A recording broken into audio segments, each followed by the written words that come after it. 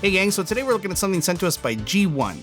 It is the Pea Pod Mini in Zirc and Titanium. The cost is normally $250, but if you use the code FidgetFix, you get 10% off.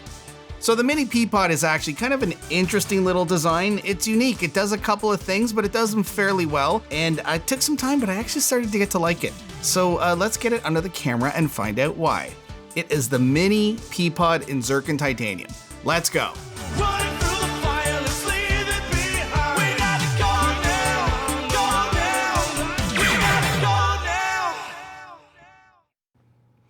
Okay, here we go with the Mini Pea Pod. This thing is, at first, this seems really, really weird. This is a strange one. It's got a strange shape to it, and it takes a bit to really learn how to hold it comfortably, or at least it did for me. So this one, we have kind of both the top and bottom peak. I mean, this is a lanyard hole here, but they're both facing outwards, whereas the full-sized one, which we'll see in a later review, actually has the top pointing the other way, which is kind of an interesting choice. So let's look at what we have here. We have mechanical spinners. They are the same. Now on the back, we have a clicker. And one of these, call them like a bounce spinner, where you'll get a little bit of spin, but the magnets inside catch and kind of cause it to bounce backwards.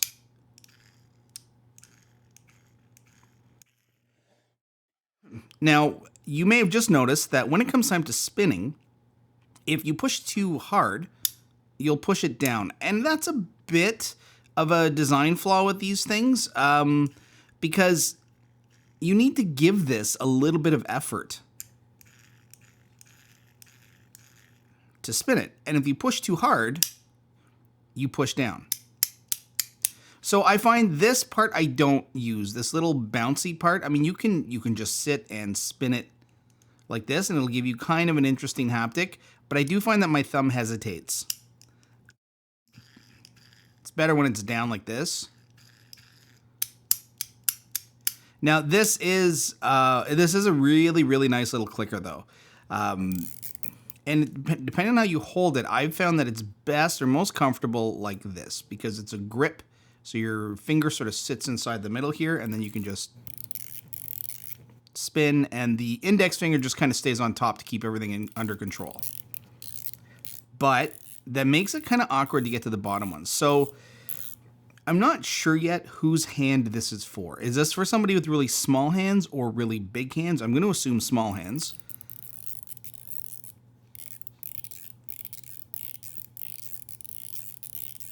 But it does sound great. It's a really nice design fidget. Again, it's not for everybody though because this is a unique style.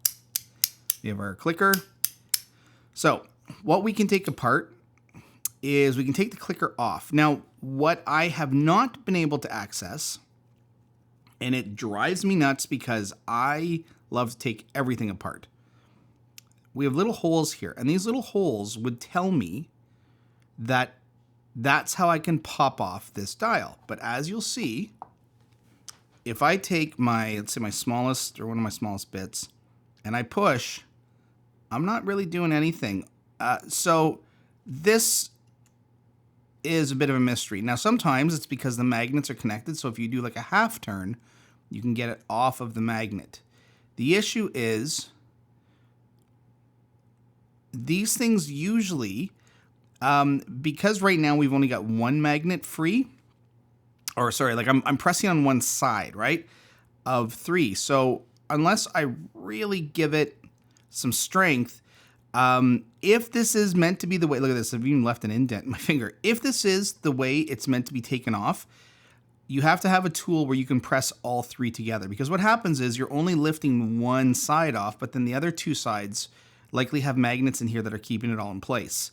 So I have yet to figure out how to remove this. I have tried and tried and tried. I've tried all the tricks that I know of. There aren't any little slots in here. So please, if in the comments, let me know if you found a way to take this off. I would love to find out.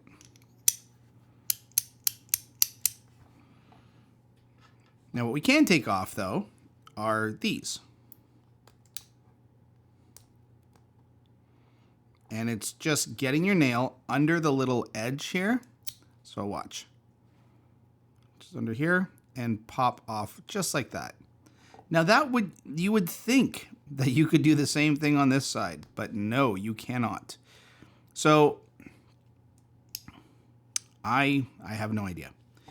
But we get this side off and we can see we've got all of these magnets. So this top connects to here and that's what turns. And inside, and we're going to open this up in a second, but in the spares we have these extra little wires and spare magnets. So we have our screw here, and let's just take this off carefully. This is the first time I'm taking this apart. So I'm going to be very careful because I don't know what's in here and what could come loose.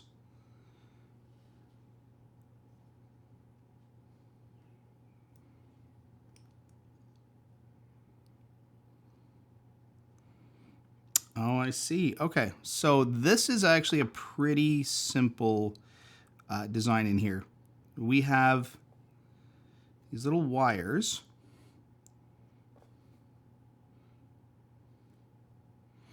And, okay, I'm going to take one of these out to show you. I don't want to remove this one if I don't have to, because I feel like that would be a huge pain to put back together.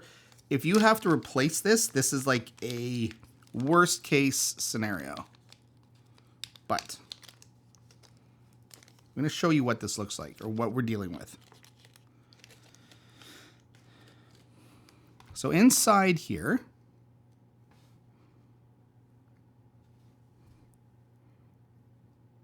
you can see the little tip of it. That little bump, that little protrusion, is this protrusion right here. And so what this does is this sits inside this ring, and then this little wire part sticks out.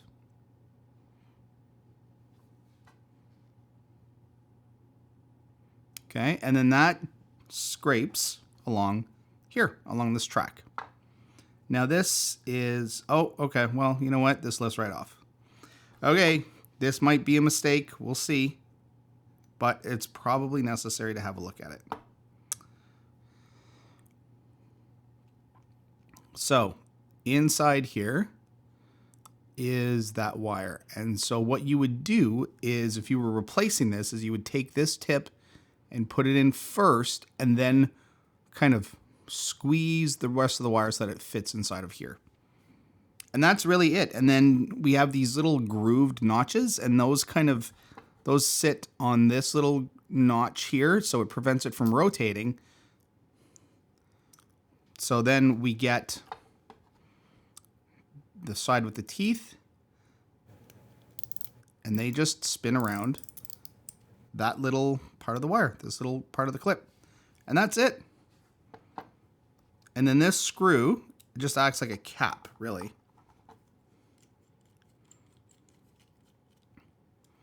Just keeps it on there so it can't pop off. So that is really it.